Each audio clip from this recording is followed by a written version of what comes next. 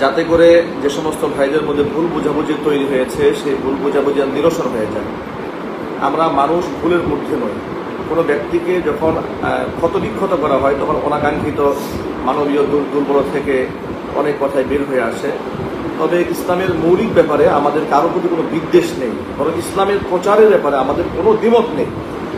ইসলামী আন্দোলন বাংলাদেশের যিনি নাইবে আমির, তার অসংখ্য ভালো কাজ আছে, যে কাজের প্রতি আমরা খুবই সন্তুষ্ট। যেমন ছাত্র জনতার কোনো অভ্যুত্থানে তার যে অবদান, এটাকে আমরা কখনোই অস্বীকার করি না। সাথে সাথে তার এমন অনেক অবদান আছে নাস্তিক বিরোধী বক্তব্যে, এমনকি ইসলামের এই বিজয়ের পতাকা উড্ডীন করার লক্ষ্যে তার যে সংগ্রাম, তার প্রচেষ্টাকে আমরা অত্যন্ত শ্রদ্ধার সাথে স্মরণ করি। এবং বলিষ্ঠ কণ্ঠে বাংলাদেশের সুস্থ রাষ্ট্র ভারতের বিরুদ্ধে তিনি বলিষ্ঠ কণ্ঠ উচ্চারণ করেন, এগুলো অত্যন্ত প্রশংসার যোগ্য, অবশ্যই তিনি রাখেন।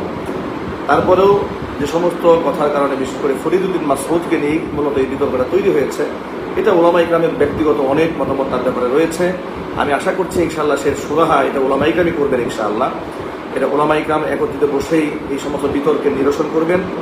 বিশেষ করে গত 3-4 দিন ধরে যে বিতর্ক তৈরি হয়েছে, আমি সারা জীবন যেটাকে লালন করেছি, যে আমি মানুষকে ঐক্যবদ্ধ করার চেষ্টা করেছি ব্যক্তিগতভাবে। যদি আমি সাংগঠনিক দল কোনো পদ পদবিতে নেই, যেমন জামাত ইসলামী কিংবা ইসলামী আন্দোলন কিংবা খেলাফত মজলিস, যুব মজলিস, আওয়ামী লীগ, জাতীয় পার্টি, বিএনপির কোনো রাজনৈতিক দলের নেতা কিংবা কর্মী নই, তবে ইসলামিক দল যারা করেন, ইসলামকে যারা চান, তাদের অন্তর দিয়ে আমি ভালোবাসি। এটা আমি সবসময় বলি, আজও বলছি, আমি ইসলামকে চাই বাংলাদেশে। এই জন্য ইসলামিক দল যারা চান বাংলাদেশে, ইসলামের শাসন চান, ইসলামের খেলাফত চান, কোরআন দিয়ে রাষ্ট্র চলুক, দেশ চলুক, এটা যারা চান, তাদেরকে আমি সবসময় মোহব্বতের সাথে এক রাখার প্রচেষ্টা করেছি, সারা জীবনে এটা লালন করেছি। এটা লালন করতে গিয়ে কখনো আমাকে জামাতের ট্যাগ খেতে হয়েছে, কখনো আমাকে আওয়ামী লীগের দালাল বলা হয়েছে, কখনো আমাকে বিএনপি বলা হয়েছে, এক এক সময় এক একটা কথা বলা হয়েছে। এই কথাগুলো আমি গায়ে মাখিনি। আমি শুধু এটাই চেয়েছি যে আমি সকলের সাথে ভ্রাতৃত্ব সুলভ আচরণ করে, হৃদ্যতাপূর্ণ আচরণ করে সমস্ত ওলামারা যেন, সব ঘরনার আলেমরা যেন এক হয়ে চলতে পারে, সেই প্রচেষ্টায় অব্যাহত রাখার চেষ্টা করেছি।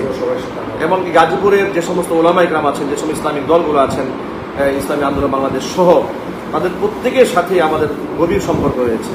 ইসলামী আন্দোলনের গাজীপুর কোনাবাড়ি থানার সভাপতি আমার সম্মানিত শ্বশুর জনাব ওমর ফারুক সাহেব, এমনকি দায়িত্বশীল অনেক ভাইরা আমার অত্যন্ত ঘনিষ্ঠ। কিন্তু ওই 2-1টি জায়গার মধ্যে মতলক্য তৈরি হওয়ার মানে এটা না বিচ্ছিন্ন হওয়া। ইখতিলাফ মাল ইত্তেফাক মাল ইখতিলাফ, অর্থাৎ মতানৈক্য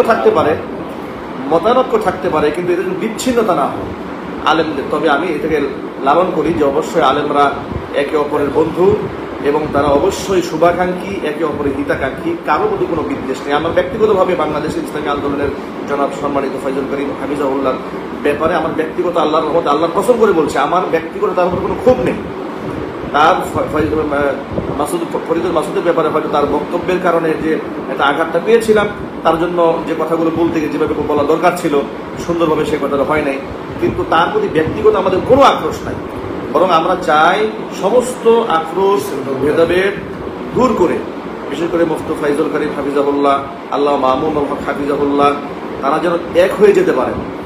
বাংলাদেশের এই উলামা জনপ্রিয় আলেমরা যদি এক হয়ে যান, তাহলে রাম বাম নাস্তিক যারা আছে, যারা ইসলামের ক্ষতি করতে চায়, রাষ্ট্রের ক্ষতি করতে চায়, তারা পলাবার রাস্তা পর্যন্ত খুঁজে পাবে না। কিন্তু এই উলামা ইকরামদেরকে যেন কোনো প্রলোভন দেখিয়ে, কোনো ভয় দেখিয়ে, কোনো ভীতি দেখিয়ে, কোনো লালসা দেখিয়ে তাদেরকে বিভক্ত না করা হয়, এই ব্যাপারে আমি সকলের আহ্বান জানাচ্ছি। আমি নিজেও এই ব্যাপারে সচেষ্ট থাকবে ইনশাআল্লাহ, আপনারাও সচেষ্ট থাকবেন ইনশাআল্লাহ। আল্লাহ রাব্বুল আলামিন যেন আমাদের ভ্রাতৃত্বপূর্ণ, হৃদ্যতাপূর্ণ এই সম্পর্ককে কবুল করেন। দ্বীন কায়েমের পথ চলা আল্লাহ পাক আমাদের জন্য, সকলের জন্য সহজ করে দেন। এমনকি আমি সমস্ত আলেম ওলামা, পীর বুজুর্গ, ওলামা মাশাইখ যারা আছেন, আমি সকলকে বলবো, কাউকে দূরে সরিয়ে না দিয়ে সকলকে আপন করুন। প্রত্যেকেই ব্যক্তিগতভাবে কোনো ভুল বোঝাবুঝি থাকলে তার নিরসন করুন। আমরা ইনশাআল্লাহ আগামীর বাংলাদেশ ইসলামের বাংলাদেশ করতে চাই। আমরা আগামীর বাংলাদেশ কোরআনের বাংলাদেশ করতে চাই। ইসলামের রাজ এই মাটিতে কায়েম হবে ইনশাআল্লাহ। আমাদের এই ঐক্যবদ্ধ প্রচেষ্টায় আপনারাও সহযোদ্ধা হবেন, আপনারাও এদেশের ইসলাম কায়েমের ক্ষেত্রে বড় ভূমিকা পালন করবেন বলেই আমরা আশাবাদ ব্যক্ত করছি। আমি অন্তঃস্থল থেকে গাজীপুর মহানগর এবং গাজীপুর জেলার আইম্মা পরিষদের সম্মানিত যে সমস্ত মেহমানবৃন্দ আজকে আমার মাদ্রাসায় অফিসে এসেছেন, আমি তাদের প্রতি অত্যন্ত ভালোবাসা শ্রদ্ধা নিবেদন করছি এবং তাদের এই আন্তরিকতায় বরাবরই আমি দারুণ মুগ্ধ হয়েছি।